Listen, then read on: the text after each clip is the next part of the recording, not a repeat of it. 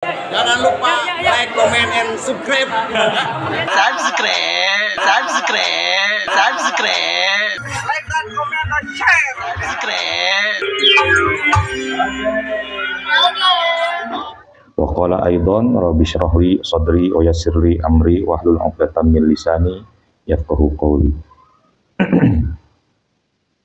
Alhamdulillah,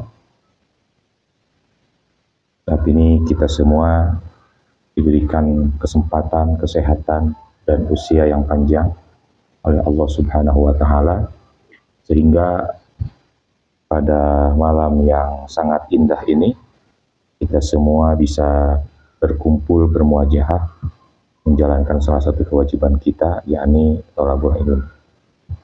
Mengapa malam ini sangat indah? Karena turun hujan. Hujan itu adalah rahmat.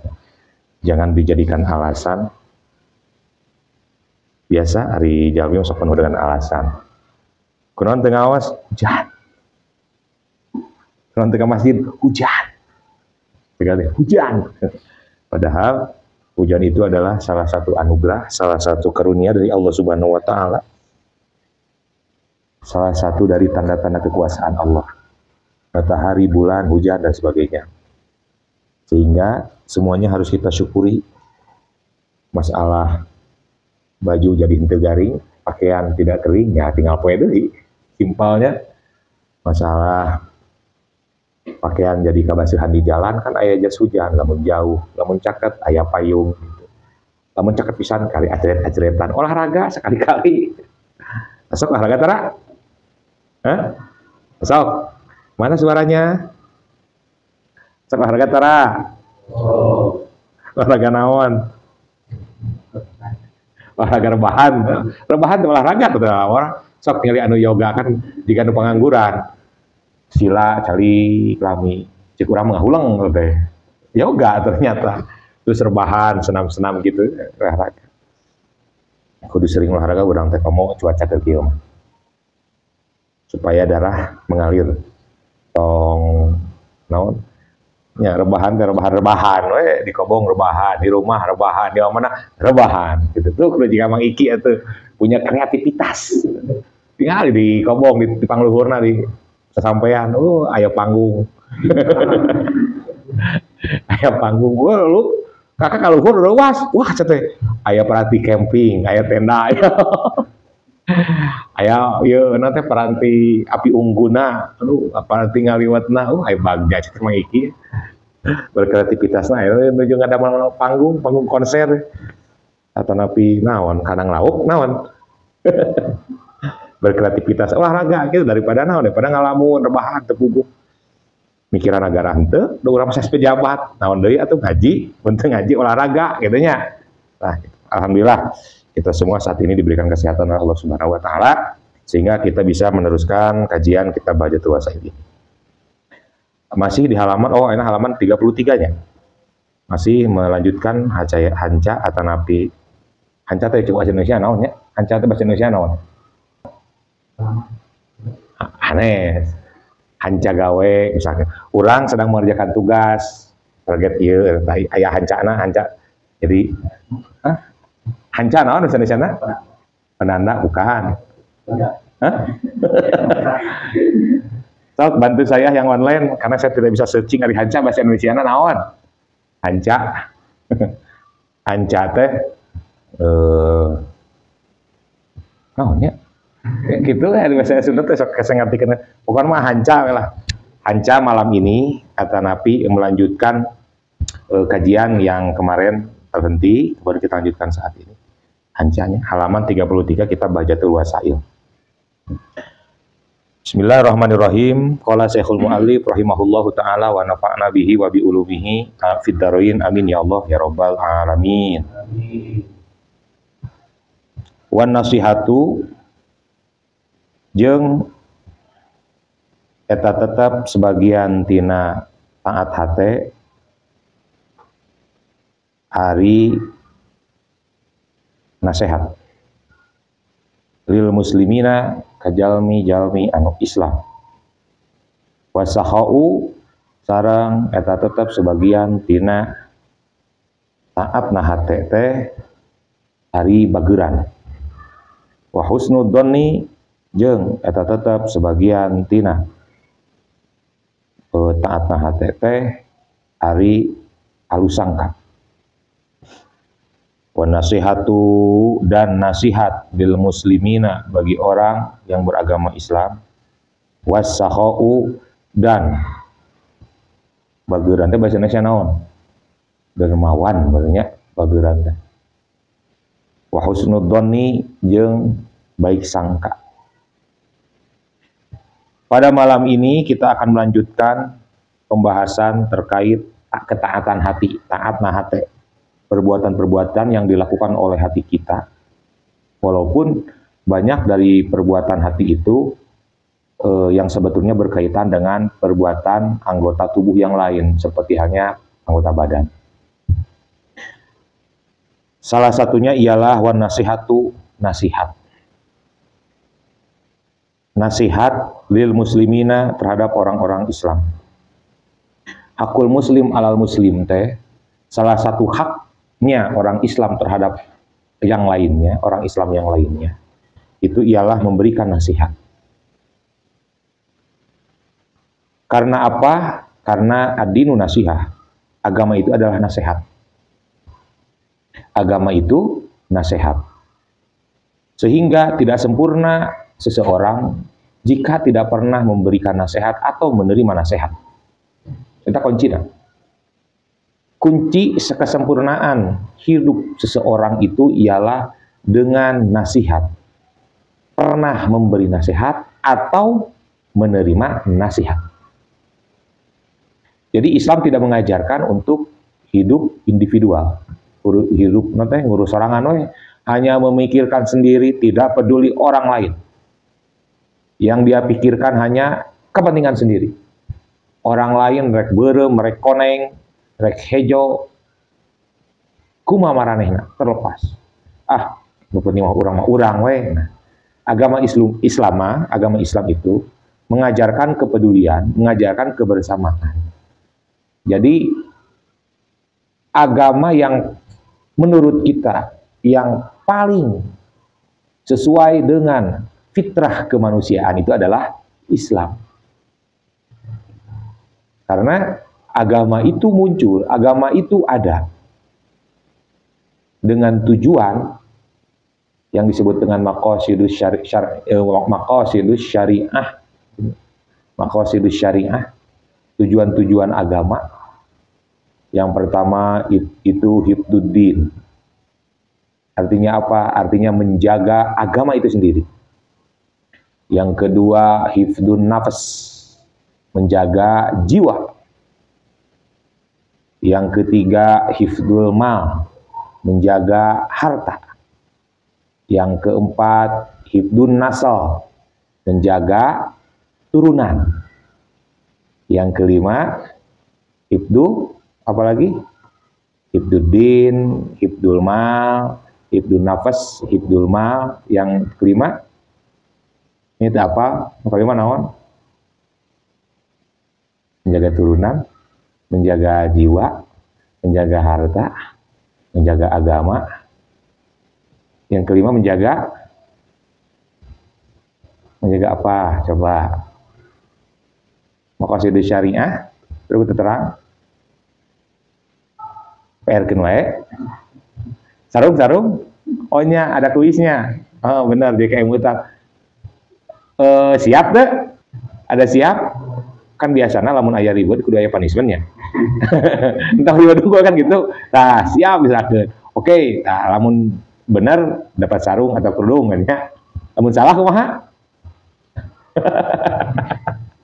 Tong licik tuh yang menang na unggul. Lamun salah kumaha? Jika salah berarti ngaji ditambahan. Kalau jam 8 biasanya bubar, berarti nambah 1 jam, jam 9 gitu kan. Punishment-nya. Sok, 1 hifduddin, kedua hifdul mal. Ayana hifduddin untuk menjaga agama itu sendiri, agama itu untuk menjaga agama itu sendiri. Sehingga di situ disyariatkan sholat. Salah satunya untuk menjaga agama itu sendiri sebagai pembeda dari agama lain. pembeda antara muslim dan kafir itu ialah sholat. Batu mah adalah sholat. Itu di Islam aya sholat. Sehingga lamun aya orang Islam tara sholat berarti hilang setengah dari agamanya. Malah bisa leungit agamana. Gitu. Kemudian ada perkataan-perkataan atau perbuatan-perbuatan yang dilarang yang akan mengakibatkan murtad. Nah, itu untuk apa? Untuk melindungi agama sendiri, agamanya itu. Yang kedua, hifdzun nafas, menjaga jiwa, menjaga jiwa. Maka dengan menjaga jiwa itu ada disyariatkan untuk kita saling menjaga. Jika ada tragedi pembunuhan, maka ada kisos, pemukulan, maka ada had, itu. Ya, menjaga jiwa. Kemudian kita dilarang untuk segala rupa lah yang merusak walatul kubiaidikum ilat tahlukah. Jangan merusak diri sendiri, kan gitu. Oleh tangan sendiri, itu hifdzun nafas, menjaga jiwa. Nomor katilu, hifdzul mal, menjaga harta. Maka dalam agama Islam disyariatkan untuk bersedekah, berzakat, aya muamalah, aya bai, jual beli, itu untuk menjaga harta. Diharamkan untuk mencuri, kan gitu. Itu konteksnya tujuan agama untuk menjaga harta, sehingga ada aturan-aturan yang terkait dengan harta. Yang keempat, hifdzun nasal, menjaga turunan. Maka menjaga keturunan ini menjadi poin penting, sehingga ada syariat pernikahan, ada bab munakahah. Itu yang keempat. Yang kelima apa? Can apal keneh wae? Hifdzul akal. Hifdzul akal itu menjaga akal. Sehingga karena fungsi dari agama itu untuk menjaga akal, maka diharamkanlah khamar, diharamkanlah sesuatu yang mengakibatkan akal itu rusak. Gitunya. Nah, kelima fungsi ini adalah tujuan dari agama, maqasidus syariah. Nah, spesialnya Islam seperti itu. Dan intina atau kesimpulan dari maqasidus syariah itu, kesimpulan dari maqasidus syariah itu ialah bahwa Islam tidak ada ajaran satupun yang bertentangan dengan fitrah kemanusiaan. Malahan mah Islam sangat menghargai hak-hak kemanusiaan.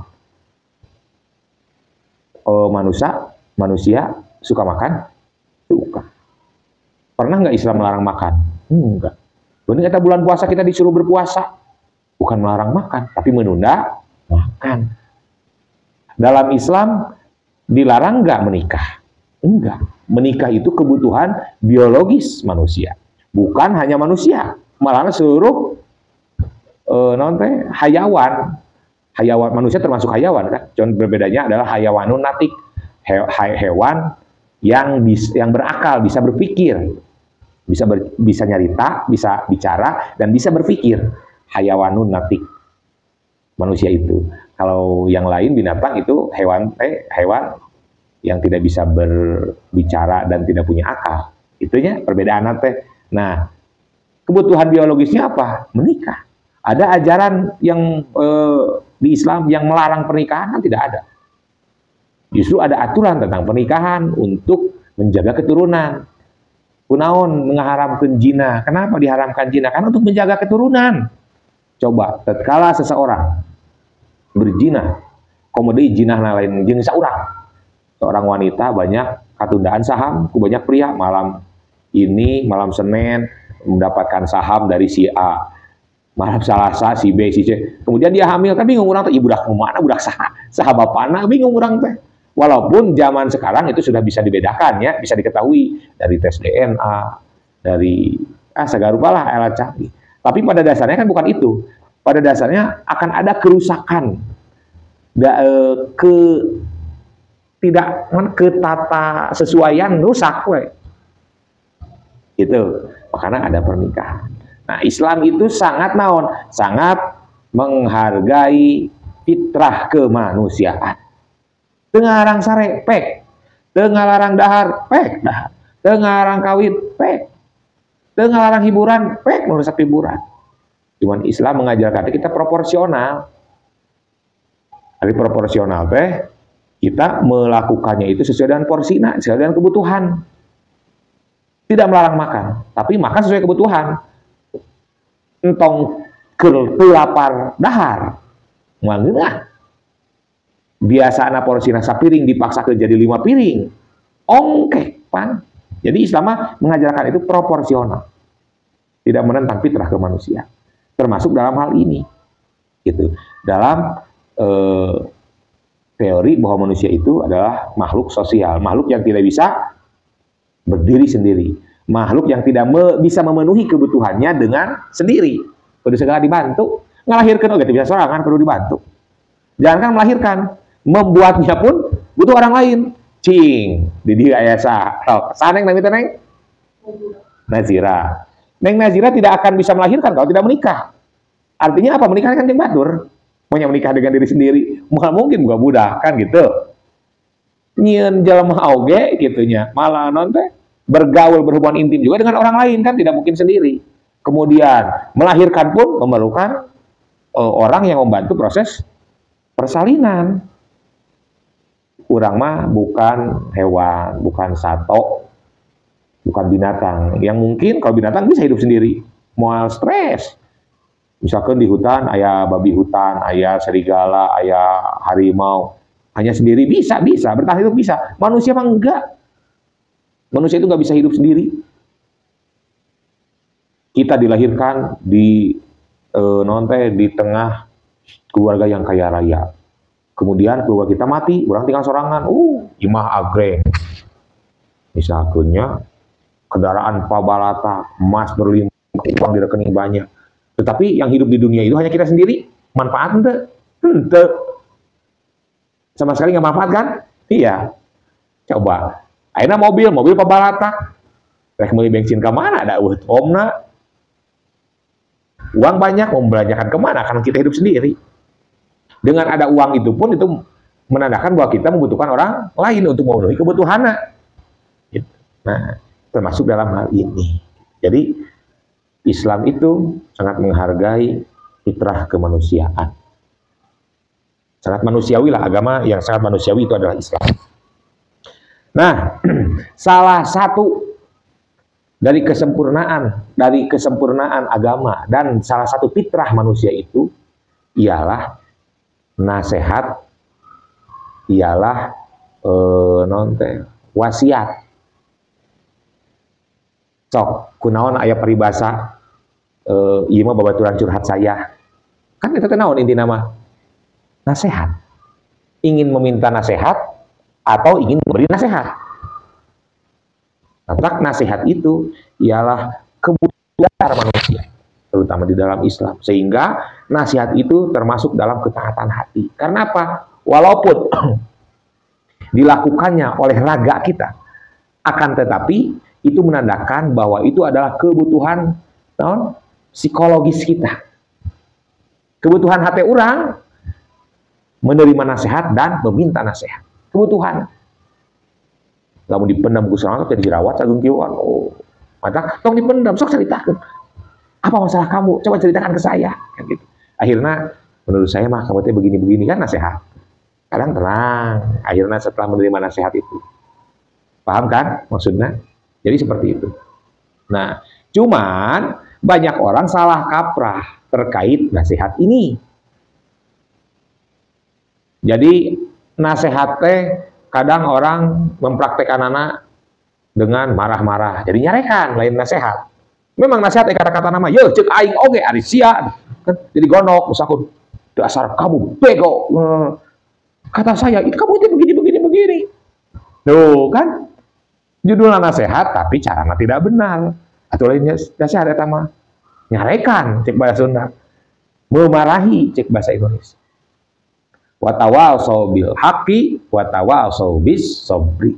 Saling wasiat mewasiati, saling menasehati. Teh dalam naon? Dalam hal kebenaran dan dengan cara yang benar. Teh watawasau bil haqqi teh dengan cara benar dan dalam konteks kebenaran. Jadi mun mere nasihat, entong nasihat buruk itu maksudna. Ieu mah mere nasihat buruk ieu. Cara nyokot motor anu gampang. Nah, eta mah nasihat buruk atau ima nasihat baik. Dan dengan cara yang baik. Kanjeng Rasul Kanjeng Rasul. Siapa sih orang yang lebih bijak, lebih arif, dan lebih pengertian, dan lebih soleh sebanding dengan Kanjeng Rasul? Kan tidak ada. Kanjeng Rasul memberi nasihat itu tidak gampang. Memberi nasihat di nanti kapanpun, dimanapun, tidak melihat sikon. Kanjeng Rasul selalu melihat situasi dan kondisi. Sehingga Kanjeng Rasul itu memberi nasihat itu hanya di 3 tempat. Artinya di 3 waktu. Dan itu harus dipraktikkan kurang. Kanjeng Rasul gitu. Kanjeng Rasul memberikan nasihat kepada anak-anaknya atau kepada para sahabatnya, kepada murid-muridnya. Itu di 3 waktu. Yang pertama, Kanjeng Rasul itu memberi nasihat itu di saat perjalanan. Jadi, Kanjeng Rasul jika mau menasihati seseorang, sengaja selalu mengajak jalan-jalan. Supaya naon? Pres. Kan karena sakurangnya. Coba jalan-jalan yuk. Tuh. Akhirnya di perjalanan atau di tempat tujuan curhat. Kan pres. Karena Kanjeng Rasul seperti itu. Memberi nasihat itu suka di perjalanan. Mengajak sahabat yang mau dinasihatinya naik. Dibonceng ke Kanjeng Rasul. Kanjeng Rasul menunggangi unta. Nah bonceng sahabatnya diajak ngobrol. Artinya apa? Artinya privasinya terjaga. Tatkala dia dinasihati, dia tidak akan merasa dipermalukan. Itu Kanjeng Rasul taktiknya. Urang judul nama nasihati tapi di hadapan sararea bedug. Terkadang seringkali justru orang anu nasihati nama Allah. Misalkan Muhammad misalkan Muhammad teh ngaji. Misalkan ya, misal contoh Muhammad ngaji. Kakaknya nyarikan Muhammad deh. Tapi ke Asep atau tapi ke kalian. Kan kayak gitu nyambung, kadang mempermalukan orang. Ya. Itu tidak boleh. Kita harus menjaga harkat derajat orang manusia. Nah, Kanjeng Rasul mana? Kanjeng Rasul suka membawa dibonceng. Mun bade naon? Mun bade mamatahan, memberikan nasihat. Jadi jangan mempermalukan di depan Madinah takbir akbar. Wah, bedug jurusna. Kita harus memberikan nasihat kepada pemimpin. Jangan sampai pemimpin ini begini. Tapi di hadapan saraya, bari pemimpin nama ke saraya. Itu apa lun? Para ulama memberi nasihat itu dengan mendatanginya. Misalkan ada seorang pemimpin, cek urang pemimpin itu salah, maka memberikan nasihatnya datang langsung. Karena ini bisa dengan berbagai cara. Komo dengan media sosial anu begitu rupa canggih ayeuna. Bisa kontak langsung kayak nama. Dulu mah mungkin, dulu mah hese. Nah, dulu mah dengan mendatangi para ulama mendatangan langsung. Dengan berbagai konsekuensi, nah ketika pemimpin itu tidak menerima nasihat, tidak terima dinasihati, langsung dipenjarakan. Banyak ulama yang dipenjarakan oleh para khalifah. Nah, para ulama seperti itu. Siap menerima konsekuensi, sumping ke amir, sumping ke khalifah, memberikan nasihat. Tatkala nasihat diterima, alhamdulillah. Tatkala nasihat tidak diterima, wajahnya dipenjara. Itunya. Ini seperti itu nasihat. Jadi nasihatnya seperti Kanjeng Rasul dengan cara menjaga privasinya dan menjaga kehormatannya. Diajak jalan. Jadi nomor kedua, Kanjeng Rasul itu memberi nasihat itu di saat makan. Di saat makan itu bukan berarti kan gini, makan berbicara sewaktu makan itu adalah hukumnya makruh. Kanjeng Rasul makan tara, melakukan perbuatan yang makruh. Rasul kalau sedang makan jangan berbicara, hukumnya makruh. Bisi naon? Bisi kasalak. Oh, kerdahar semangat deui nyarita. Bisi disalak. Maksudnya Kanjeng Rasul itu memberikan nasihat di saat di waktu makan. Di waktu makan itu mun urang manaonnya? Bukan. Kita juga lamun curhat, lamun ngobrol kan urang dari di kafe. Urang ke Ampera misalkan atau ke kafe atau ke mana. Rileks. Coba memberikan nasihat ke gawe. Keur nembok berikan nasihat, "Ai mana gak aing keur gawe" gitu. Tapi kalau sedang rileks, sedang makan. Bukan berarti memberikan nasihatnya ke bari dahar, bukan. Tapi di saat makan. Satu acan tuang, tapi 100 tuang. Maka kalau memberikan nasihatan, atau nabi mau menerima nasihat, sangat efektif. Kanjeng Rasul mencontohkan di saat makan, di waktu makan, lain kerdahar gitu, tapi di saatnya makan. Ngobrol lah, ngobrol makan. Itu efektif. Rasul seperti itu. Menasihati anak-anaknya seperti itu, menasihati para sahabat seperti itu. Jadi pertama diajak jalan-jalan, yang kedua diajak makan. Yang ketiga, Kanjeng Rasul itu memberi nasihat di saat sakit. Banyak hadis menceritakan tatkala sakit Kanjeng Rasul memberikan wasiat A, B, C, memberikan nasihat, kan gitu. Paling efektif memberikan nasihat dan menerima nasihat di waktu sakit. Sok ieu teh mah. Aus la ilaha illallah, la ilaha illallah. Ampura abdinya. Ampura bilih seueur dosa. Wah, ngobrol memberikan nasihat. Sangat efektif.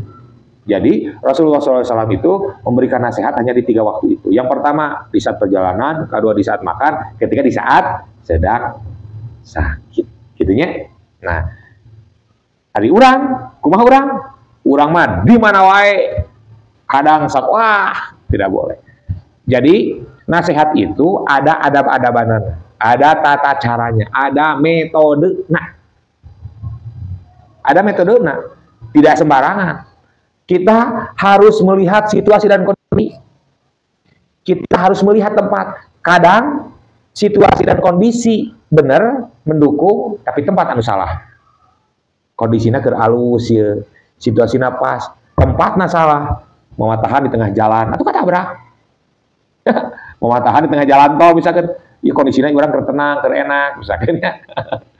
Di tengah jalan atau katabrak. Gitu. Contoh imeureun. Jadi intinya harus situasi dan kondisi dan tempat itu diperhatikan. Menerima atau memberi nasihat. Yang kedua, tidak boleh mempermalukan. Mempermalukan harkat derajatnya. Jadi walaupun perkataan atau nasihatnya benar, akan tetapi caranya tidak benar, moal leres. Ud'u ila sabili rabbika bil hikmati wal mau'izatil hasanah. Ajaklah kepada jalan Tuhanmu bil hikmah, dengan cara yang bijaksana. Ada bijaksana kumaha? Ada bijaksana mah henteu subjektif tapi objektif, menempatkan diri kita teh seolah-olah seperti objek yang mau kita ajak bicara. Lamun urang jadi manehna kumaha nya? Tapi lamun subjektif mah urang egois. Kumaha ngeunahna urang we, bae sungut-sungut urang cenah. Sora-sora urang, tatangga naon teh? Tanaga urang. Kumaha urang we nyarita mah matak mun nyarek mun nasihat teh nyarekan. Kadang nyarekan ge bahasa naon? Bahasa kebun binatang keluar sadayana. Tatangga maung teh disebutan kitu nya. Monyet sia. Kancing, coplok kitu nya. Wah, sagala keluar. Mere nasihat naon gitu. Jadi harus objektif, jangan subjektif. Ari objektif teh naon? Objektif teh menempatkan kita itu sebagai objek. Cing kumaha rasana mun seperti manehna. Kan gitu. Jangan mempermalukan di depan umum, carekan. Seperti itu nya. Nah, eta nasihat lil muslim. Dilakukanana dengan lisan, tetapi itu berkorelasi dengan hati, karena memberikan nasihat itu pasti muncul dari hati. Kemudian wasakhau jeung bageuran. Dermawan bageuran. Rasulullah SAW berkata, as-sakhyu qaribun minallah wa ba'idun min adzabihi. Bahwa orang anu bageur, orang yang baik, orang yang dermawan itu qaribun minallah, dekat dengan Allah, wa ba'idun min adzabihi, dan jauh dari siksaan Allah. Wa qaribun minni, kata Rasul, dan orang yang baik, anu bageuran, anu dermawan itu qaribun minni, dekat juga dengan aku, kata Kanjeng Rasul. Wasakhyu, dan orang anu bageuran teh la yadkhulun nar, dia tidak akan masuk neraka, wa ana rafiquhu, dan aku yang akan menemaninya. Jaminan dari Kanjeng Rasul, dia punya Rasul nggak bohong. Wal bakhilu, dan orang anu kopet, pelit, koret, buntut kasiran. Lain buntut kasiran mah. Banyak kan buntut kasiran bagurnya, buntut kasiran makan fisik. Jadi pokoknya mah sifat we lah. Kopet, koret, pedit, naon deui? Pelitnya. Nah, wal bakhilu, dan bakhil itu la yadkhulul jannata, dia tidak akan masuk surga. Wa iblisu rofiquhu, dan iblis itu yang akan menemaninya. Hebat euy. Jadi friendly-na jeung iblis. Jadi kata Kanjeng Rasul begini intinya nya. Kata Kanjeng Rasul bahwa Allah Subhanahu wa taala itu sangat dekat dengan orang anu baik, anu beran, anu dermawan. Dan dia akan dijauhkan dari, karena sangat dekat, otomatis dia akan dijauhkan dari murka Allah, dari murkanya. Nah, bukan hanya dekat dengan Allah, secara otomatis juga dia akan dekat dengan Nabi Muhammad SAW. Kata Kanjeng Rasul malah wa ana rafiquhu, dan aku yang akan menemaninya. Jadi berteman nate, ngagrup nate, berkomunitas itu dengan Rasul. Zaman bageran baik di dunia ataupun fil akhirah. Walaupun di dunia secara fisik beda kurun, beda zaman jeung Kanjeng Rasul, akan tetapi secara spiritual itu babarengan. Komo deui kayak di akhirat.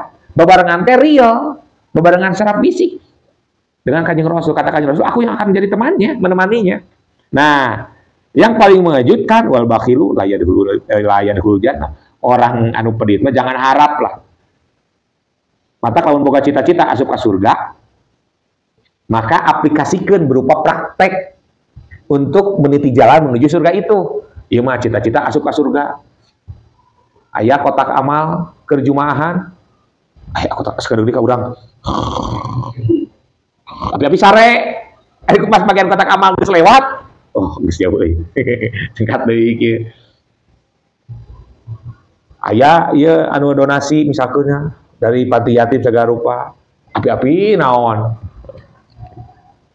Nah, berarti bakhil atau gitu mah. Jadi orang baik itu, orang yang dermawan itu sangat dekat dengan Allah, dan Rasul menjamin bahwa dirinya akan menjadi teman dari orang yang baik itu. Dari orang yang dermawan tersebutnya. Nah, kalau bakhil mah ya dia tidak akan masuk surga, malahan iblis anu jadi ketua WA grupna berarti mun WA mah ketua grup teh saha? Ieu komunitas ieu saha ketuana iblis. Aduh, pasti klik anggotana. Oh, ieu pasti klik teh gitu. Nah, naudzubillah, summa naudzubillah. Lalu apa arti atanapi hakikat sakho itu? Hakikat bageuran teh naon? Hakikat dermawan teh naon? Nah, wa haqiqatus sakhoi, dan adapun hakikat bageuran itu antajuda bima fadula an hajatika. Artinya apa? Memberikan sesuatu yang lebih dari kebutuhannya. Jadi memberikan sesuatu kepada orang lain yang lebih dari kebutuhannya, kebutuhan dasarnya. Jadi lamun urang gaduh harta dina misalkan dina rekening gaduh artos, kebutuhan urang ada 100 juta. Di rekening aya 150, tak urang teh henteu lebar memberikan kelebihan teh. Nah, kebutuhan kita cuma segini. Cing ari kebutuhan urang kumaha, sakumaha. Dahar sapiring isuk-isuk, cai 2 regot isuk-isuk, beurang meureun dahar deui sapiring, cai 2 regot, sore dahar sapiring 2 regot. Berarti lebih dari itu adalah kelebihan dari kebutuhan, leres. Nah, kelebihan dari kebutuhan teh urang teh lebar, tidak sayang. Jadi tidak non. Ada lebar ari bahasa Indonesiana naon? Ari sayang kan bisi ambigunya, bisi sayang makan saya kasih sayang itu naonnya. Teu nyaah, teu lebar teh naon atuh? Tidak merasa berat, gitulah, memberikan sesuatu yang lebih dari kebutuhannya. Berarti lamun memberikan sesuatu anu memang itu adalah kebutuhannya, berarti naon eta mah? Konyol lu kamari kok terangkeun, keur mah duit urang sakitu-kituna dibikeun ka batur atuh itu nu beunghar, itu anu sugih urang anu ngege curug. Jadi eta memindahkan status. Memindahkan status asal anu urang dibikeun ka batur. Jadi itu nu boga, urang gitu boga. Jadi urang kieu ka batur. Menggunakan satu kan konyol eta mah. Nah, memberikan sesuatu yang lebih dari kebutuhannya, maka itu adalah sakho. Eta anu bageuran, eta anu dermawan. Itunya ulah anu naon masih kene butuh kare. Ya, hajat, ari hajat teh butuh. Nah, kunaon eta boga mobil tilu atau bikin ke orang hiji dorong butuh bisa saja. Yang pertama mobil pick up kan untuk kebutuhan saya mengangkut barang. Yang kedua itu Mercy, kan saya jangka onangan. Yang ketiga eta naon teh Fortuner buat saya lamun mudik kan lemburan pemajikan jauh gitu di gunung. Mun mau Mercy kan mau mungkin bakal mogok di jalan pakai Fortuner. Jadi bisa saja banyak harta tapi butuh. Nah, orang anu dermawan mah memberikan sesuatu anu lebih dari kebutuhannya, kebutuhanana. Lamun butuh keneh mah teu naon tadi pasikeun oge.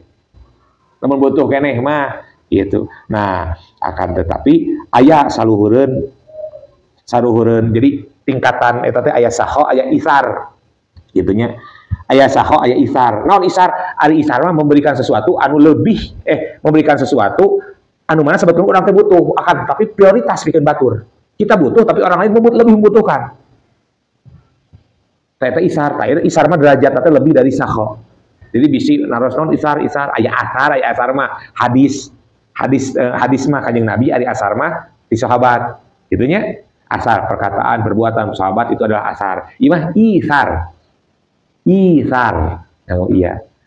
Ari isar mah derajatna lebih tina saho, saluhureun saho. Di dia diterangkeun, wal isaru a'dhamu minhu. Isar itu lebih mulia daripada saho. Karena apa? Karena isar itu memberikan sesuatu anu maehna teh masih kena butuh.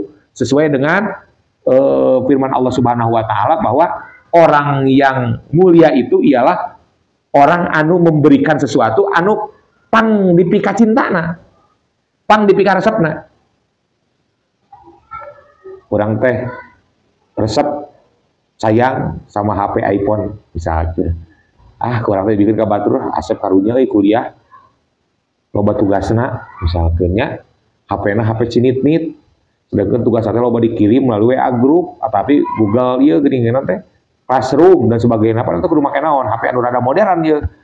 Asik lebih membutuhkan daripada saya. Bikin HP iPhone teh. Nah, padahal dia masih butuh, akan tetapi dia memikirkan memprioritaskan orang lain. Lebih memprioritaskan orang lain bahwa orang lain itu lebih butuh daripada saya. Dibikin, nah itu derajatnya ihsan. Ayo konyol mah nu kumaha? Konyol anu tadi kabeh dibikun. Jadi urang teh bangsak teh bukan naon konyol eta mah lain ihsan. Paham ya? Nah, eta saho. Kemudian yang terakhir masih ada waktu, mun teu aya waktu deui mah ke gapil lah diterangkeun engke. Wa husnudzonni. Husnudzon itu adalah apa? Berbaik sangka. Kan kemarin udah maksiat hate teh naon? Maksiat hate suudzon. Nah, berarti lawanana husnudzon. Berburuk sangka kepada Allah Subhanahu wa taala itu adalah maksiat hati. Dan berbaik sangka kepada Allah Subhanahu wa taala itu adalah ketaatan hati. Bukan hanya kepada Allah, kepada sesama juga berburuk sangka itu adalah maksiat hati dan berbaik sangka adalah ketaatan hati. Itunya. Malahan kata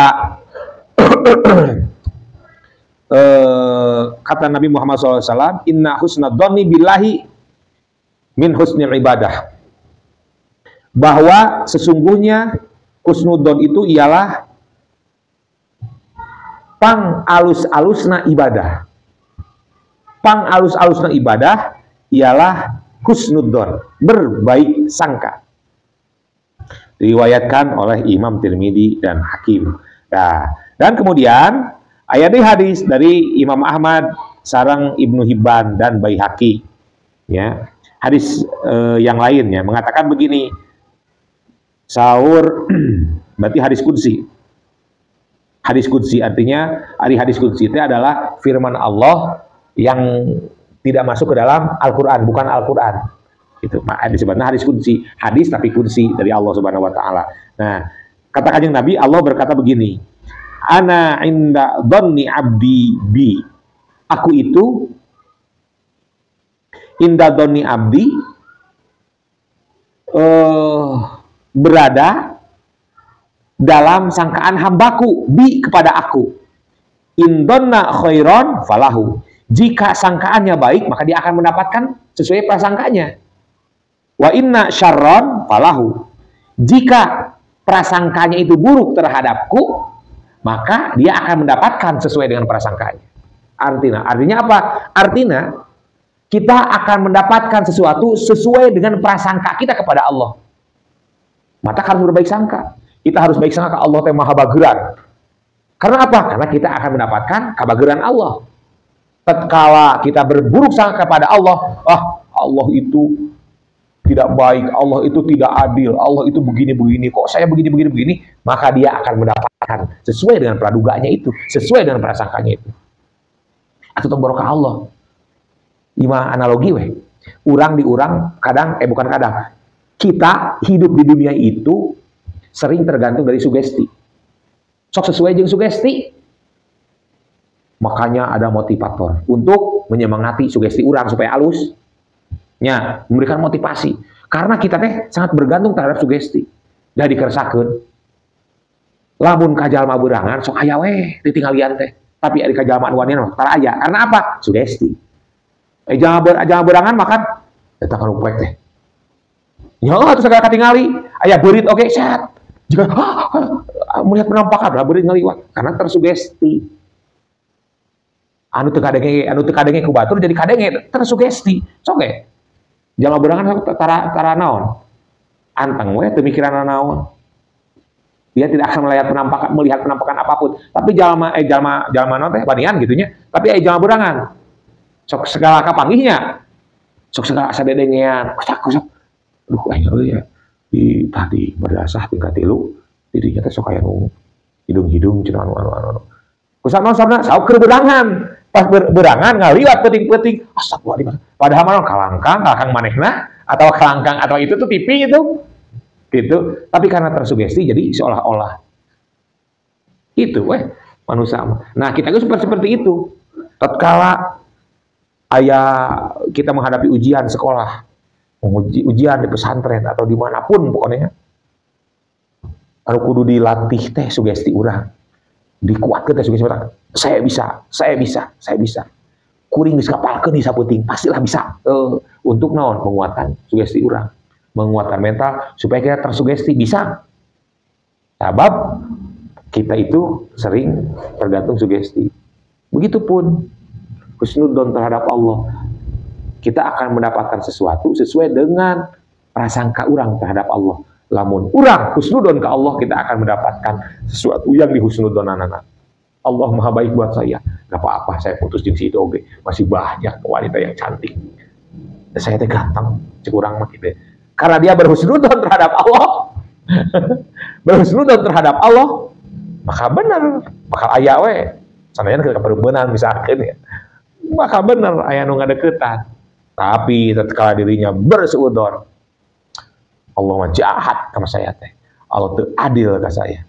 Masa dia karek gaweana sakedeung geus naik jabatan ari urang nu rajin anu kieu tiap setiap mau kerja salat duha heula segala rupa.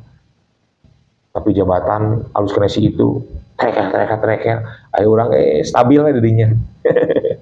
Stagnan gitu, mentok. Nah, maka kita akan mendapatkan sesuai dengan praduga urang. Bakal benar we, itu geus ka mana? Coba kalau kita berhusnudzon. Oh, mungkin sekarang saatnya dia. Karena kan hidup itu ibarat roda berputar. Akhirnya ke waktunya itu. Insya Allah ke depan pasti urang. Allah Maha Adil kan gitu. Nah, maka dia akan mendapatkan seperti itu sesuai dengan praduga. Mataknya kamu kudu naon? Kudu alus.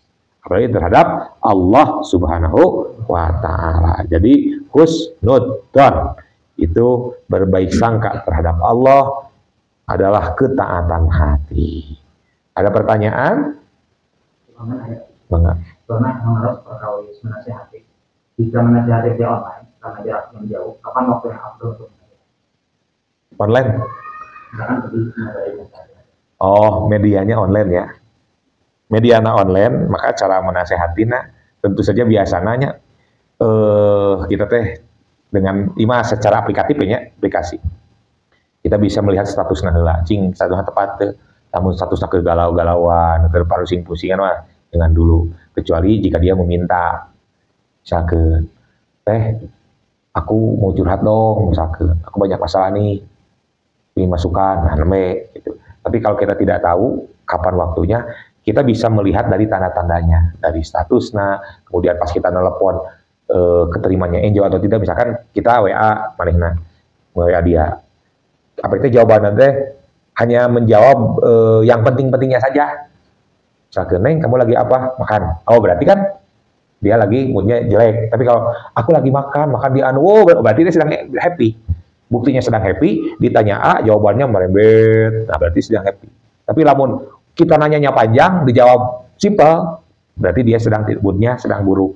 Seperti itu. Banyaklah cara. Namun intinya, jangan sampai kita maksud baik, menasehati, akan tetapi dampaknya jadi buruk.